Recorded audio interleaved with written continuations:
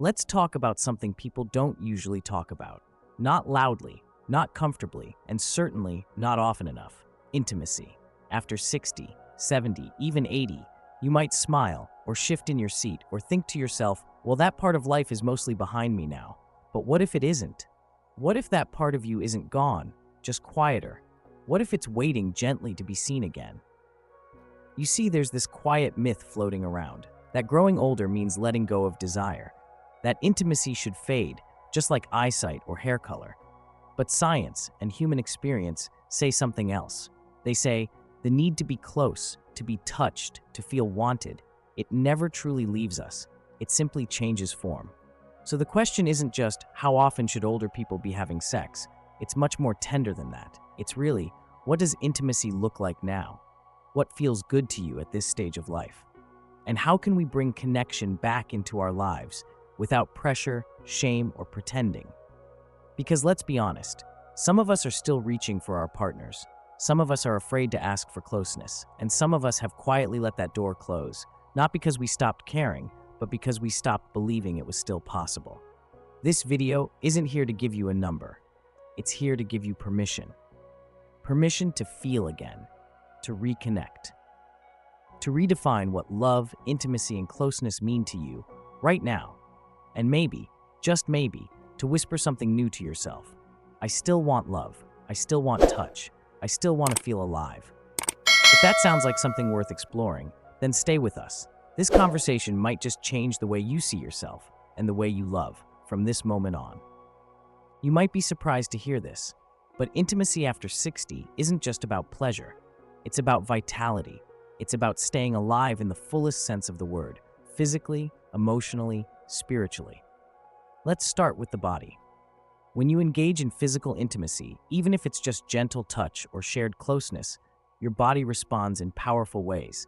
Your heart rate rises, your circulation improves, your body releases endorphins, the feel-good chemicals that naturally ease pain, reduce inflammation, and lift your mood. It's not unlike a workout, but instead of sweating at the gym, you're strengthening your connection and your heart at the same time. One study found that older adults who remained sexually active had significantly lower rates of high blood pressure and heart disease. Why? Because physical affection lowers cortisol levels, the stress hormone that's linked to inflammation and heart issues. And when cortisol drops, your immune system gets stronger too. But intimacy doesn't stop at the skin. It reaches deeper into your mind, your emotions, and your sense of self. Let's talk about sleep. Many older adults struggle with restless nights, but physical connection, whether through sex, cuddling, or even a long hug, triggers the release of oxytocin. That's the bonding hormone. It tells your brain, you're safe, you're connected, you can rest now. And that's not just poetic, it's chemical. Oxytocin lowers anxiety, relaxes the muscles, and helps you drift off more peacefully. Over time, better sleep means better memory, better mood, and stronger resilience. Now let's talk about something many don't expect: cognitive health. Research shows that sexual activity can stimulate areas of the brain tied to memory, focus, and emotional regulation. Studies even suggest it may reduce the risk of cognitive decline, including conditions like dementia and Alzheimer's. Why? Because when you're intimate, your brain lights up, neural pathways activate. You're not just doing something, you're engaging fully with another person, and that kind of engagement keeps your brain young. On the emotional side, the benefits are just as profound. Older adults who experience regular intimacy often report lower levels of depression and loneliness. Why? Because feeling desired, feeling close, reminds you that you matter, that you're not just existing, you're still connecting, still being seen, still being loved, and that has ripple effects. When you feel emotionally fulfilled, you're more likely to be physically active, eat well, socialize, and seek joy. Intimacy becomes a foundation, not just for romance, but for total wellness. So if you've ever wondered whether staying intimate after 60 is worth the effort, the science is clear. It's not just worth it, it's essential. Dear friend, somewhere along the way, someone might have told you there's a right number, a right amount, a perfect frequency for intimacy. But today, we want to offer you something gentler, something more honest. There is no magic number. Not once a week, not once a month, not even once a year. Because intimacy isn't about how often, it's about how meaningful it feels. In a study by the National Library of Medicine, older adults who had sex once a week reported higher life satisfaction. But do you know what's even more powerful? The same study found that couples who had less frequent sex, some even just once every few months, still reported deep emotional fulfillment when their relationships felt close, trusting, and affectionate. So let's take a deep breath and release the pressure. You are not in a race. You are not falling behind. You are not broken because your desire has changed. What really matters is this. Do you feel connected? Do you feel safe, wanted, and at ease in your partner's presence? Some couples rediscover intimacy after a long pause. Others shift from intercourse to cuddling, long hugs, or even simply resting a hand on each other's heart. That is intimacy too. You see, intimacy after 60 isn't about checking a box. It's about tuning into a rhythm that feels natural for you. Some seasons of life are more active. Others are quiet. That's not wrong. It's real. What changes is the intention. When we let go of expectations of what we should be doing, we make room for something richer. Presence, tenderness, a kind of closeness that doesn't need performance, only permission. In fact, many older adults tell us that their most satisfying intimacy came after they stopped trying to meet external standards. They stopped chasing spark and started discovering warmth. So, what if you never needed to chase after numbers? What if your relationship didn't need fixing, only softening? What if the way you hold each other during breakfast or say goodnight with a kiss is already enough? You don't have to prove your closeness through repetition. You only need to feel it when it's real. Let the world talk about numbers. Let them debate how often. But here, in the space you share with your partner, only one thing matters: that you feel loved. That's the only frequency worth measuring. Dear friend, our bodies change with time. That's not a flaw, that's nature. But sometimes those changes can quietly reshape how we experience intimacy. Maybe your joints feel stiffer than they used to. Maybe fatigue settles in faster. Maybe certain movements just don't feel comfortable anymore. If that's happening to you or to your partner, you're not alone. In fact, it's more common than most people talk about. But here's the part no one tells you enough. You don't have to stop being intimate. You just have to adapt to the body you have now. And when you do, something beautiful happens. Intimacy begins to feel less like performance and more like care. Let's start with the physical shifts. Many older adults experience joint pain, stiffness, or reduced flexibility. Conditions like arthritis, back pain, or limited mobility can make some positions uncomfortable. But that doesn't mean closeness has to end. You can. Try new positions that reduce pressure on joints, like lying side by side or sitting together in a supportive chair. Use pillows to provide gentle support under knees, hips, or back. Slow things down. Let your movements follow your breath. And if you experience dryness, a common change for women after menopause, know that it's not a failure. It's hormonal, and it's treatable. There are lubricants, moisturizers, and even natural remedies that can make touch feel good again. Here's what matters most. Be patient with yourself. Be open with your partner, and stay curious. Because when you explore together, intimacy becomes an act of teamwork, not pressure. But it's not just about the body. It's also about how we feel in our bodies. Maybe your appearance has changed. Maybe you've gained or lost weight. Maybe you don't recognize the person in the mirror some days. That's okay. Aging asks us to create a new relationship with ourselves, not just with our partner. So if you've been holding back because you feel less attractive or less capable, we invite you to shift the question. From "Am I desirable?" to "Can I allow myself to be seen just as I am?" Because real intimacy begins the moment we stop hiding.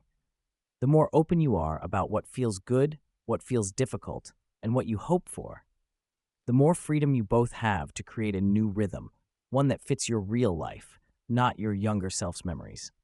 Remember, intimacy after 60 doesn't require a perfect body. It simply asks for an open heart, a willingness to listen, to adapt, to stay connected, even if the path looks different than it used to. So, go gently, go slowly, and know that every loving touch, no matter how small, is enough. Because in this season of life, it's not about what your body can't do. It's about how beautifully it still allows you to love. Dear friend, what if we told you that some of the most meaningful moments of intimacy in life have nothing to do with intercourse. It's true, because at its core, intimacy is not about performance, it's about presence. It's in the way your partner reaches for your hand without needing a reason. It's in a quiet smile exchanged across the room. It's in the warmth of a forehead kiss before falling asleep. These small, gentle moments of touch, cuddling, holding hands, resting a head on a shoulder, are powerful forms of connection. They lower stress. They release oxytocin, the bonding hormone. They calm the nervous system. They whisper, "You're safe here. You matter to me. I'm still here with you." As we age, our understanding of intimacy matures too. It's no longer about proving anything. It's about feeling everything. Many older couples discover a new depth of closeness that's not dependent on intercourse at all. In fact, once the pressure of having to perform disappears, affection becomes more relaxed, more honest, and often more healing.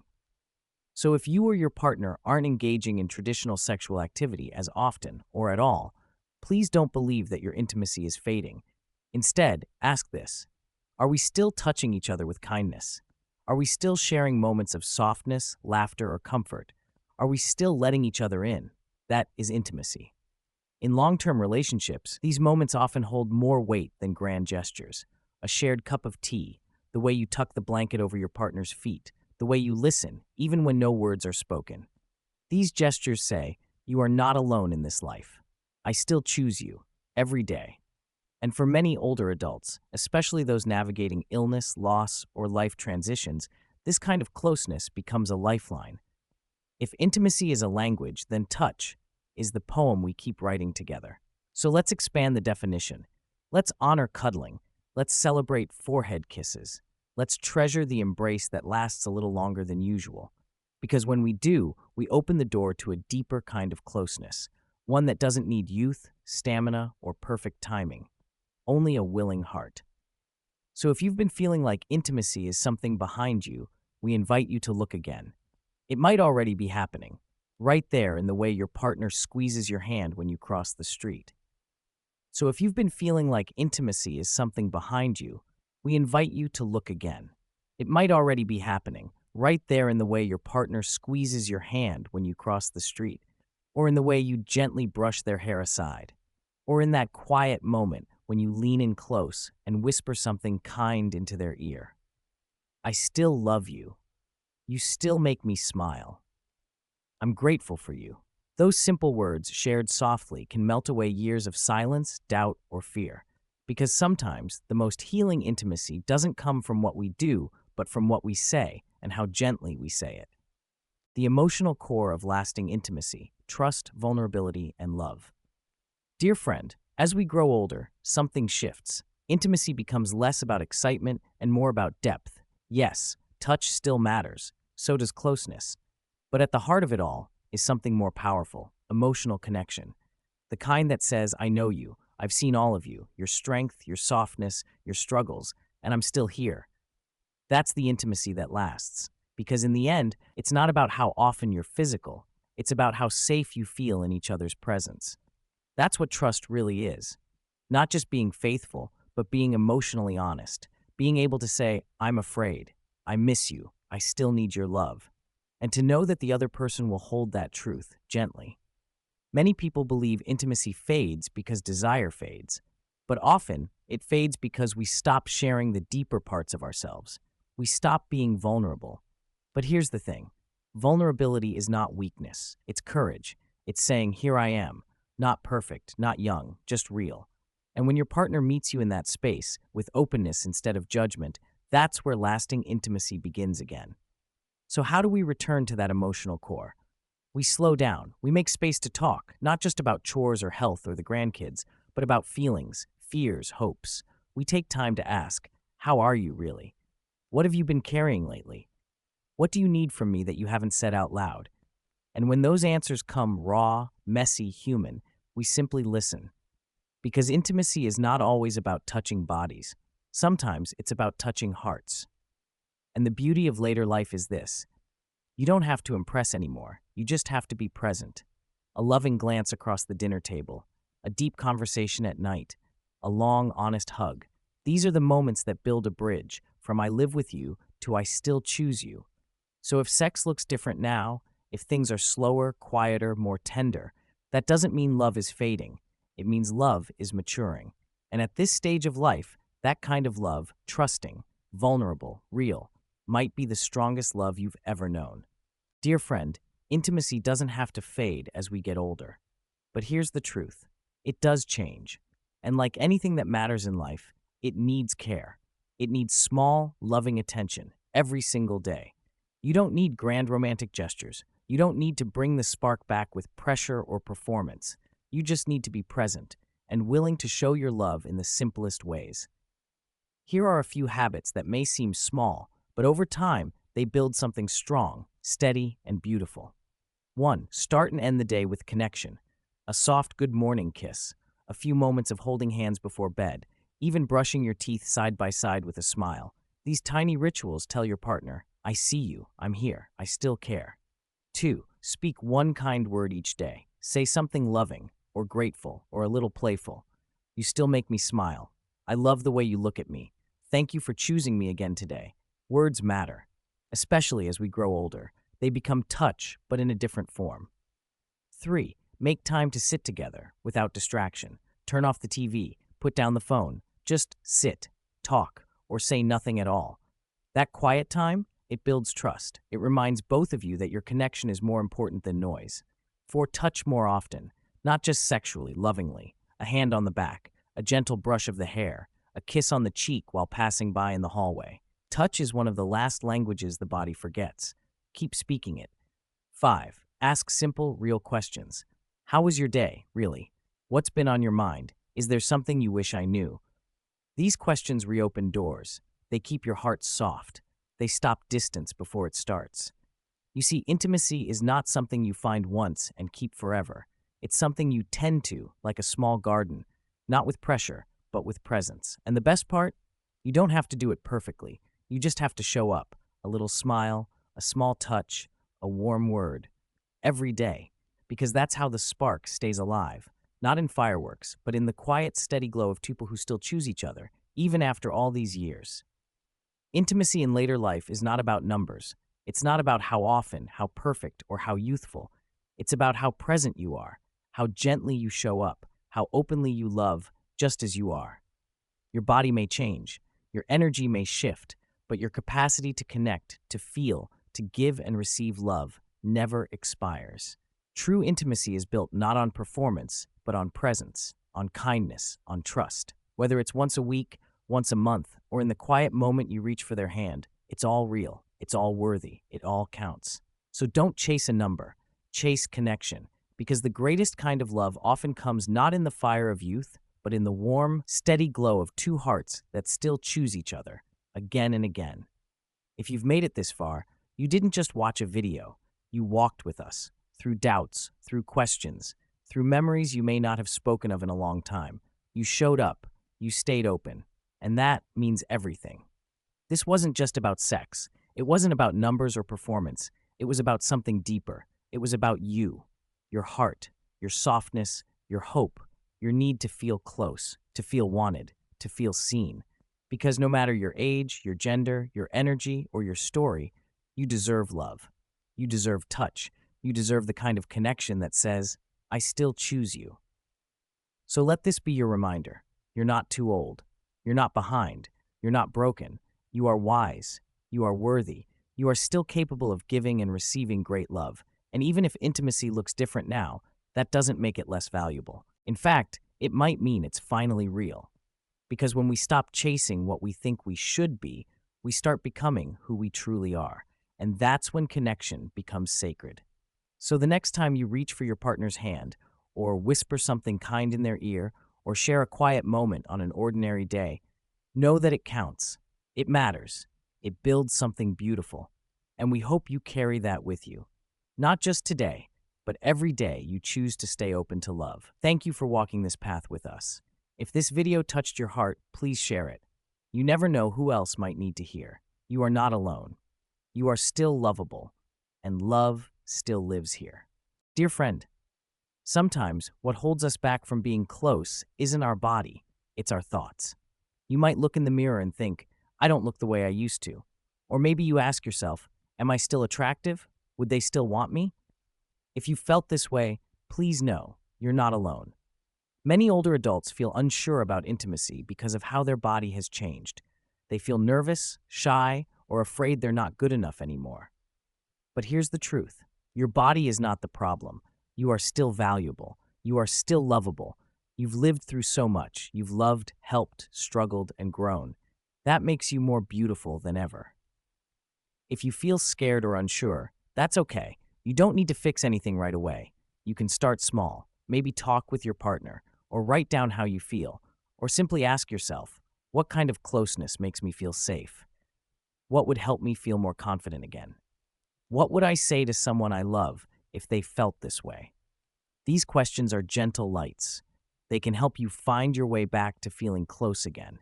And don't forget, your partner might feel the same way too. They may also be wondering, do I still make them happy? Do they still want to be close to me? When two people feel safe to talk openly, beautiful things can happen. You don't have to rush. You don't have to pretend. You just have to be real with yourself and with each other. Sometimes confidence comes back in little moments, a warm smile, a small laugh, a kind word whispered gently. I missed this. You are not too old. You are not too late. You are simply in a new chapter. And this chapter can still hold love, joy, and deep connection. So if you've been waiting for the perfect moment to feel close again, this could be it, right here, right now.